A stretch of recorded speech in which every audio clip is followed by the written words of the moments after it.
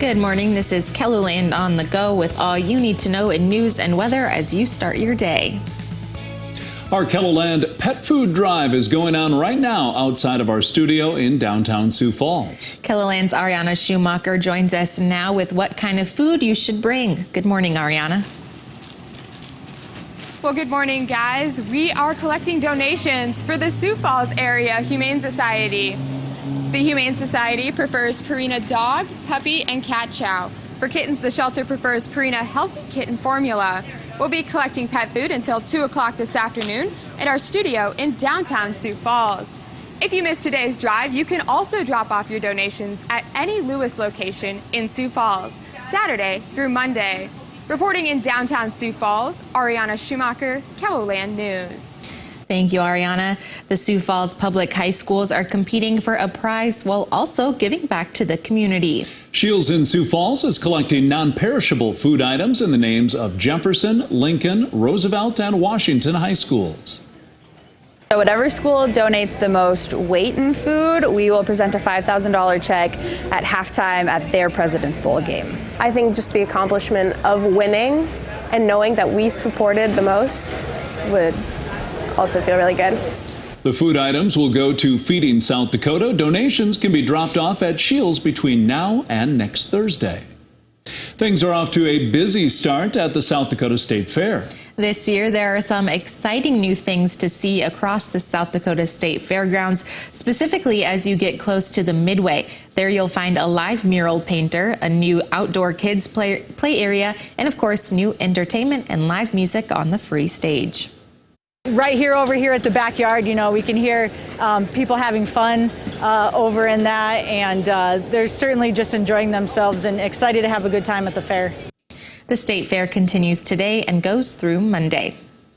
Another act with local roots is set to take over the Levitt stage in Sioux Falls. Corey and the Fireflies playing Saturday night. You can expect to hear songs from their albums, some singles, and a tune they've never performed live before.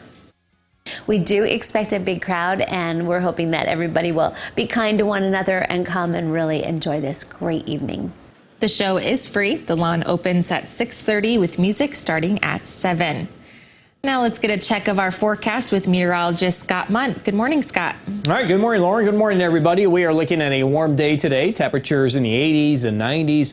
Starting with a couple of isolated showers, thunder showers in parts of eastern, southeastern KELOLAND. They will go away. We'll have sunshine this afternoon. A high of 92 in Sioux Falls, but 82 in Aberdeen, 88 in Pierre, and 85 in Rapid City. Brian will talk about your holiday weekend forecast coming up.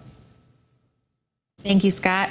Sioux Falls police are encouraging parents to talk with their children about ways to stay safe to and from school.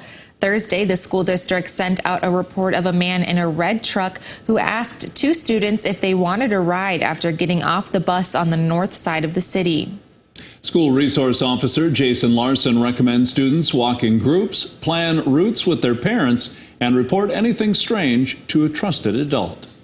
If a stranger is trying to talk to them or approach them, to just not go with that stranger. Don't accept anything from that stranger. Don't get in the car with that stranger. Go find that trusted adult and let them know what's going on so they can help. Thursday's report comes less than a week after another man is accused of trying to lure 3 young children away from 2 Sioux Falls schools. It's been nearly 2 weeks since Sioux Falls had its first homicides of the year, and there are still no answers or arrests. Paul Billion and Tunice Lomax were both killed days apart. Police do not believe the incidents are related. We've had a really good track record about solving homicides, and most of them, not all of them, but most of them have happened in a relatively short amount of time. So it's a little bit unusual that it's taken this long, but each homicide investigation is different. They're not all the same, so we can't really compare these to past homicides. Everything's a little bit different. If you have information, call Sioux Falls Police. If you would like to remain anonymous, you can report any information through Crime Stoppers. Call them at 367-7007 or use their P3 Tips app. A man is behind bars this morning accused of killing a woman in Pennington County. Wednesday afternoon, the Box Elder Police Department responded to a report of a possible assault at Valley Village Mobile Home Park. When police arrived, they found a woman dead. Authorities arrested Jamie Prince for first-degree murder. Prince is currently being held at the Pennington County Jail without bond, pending his initial court appearance.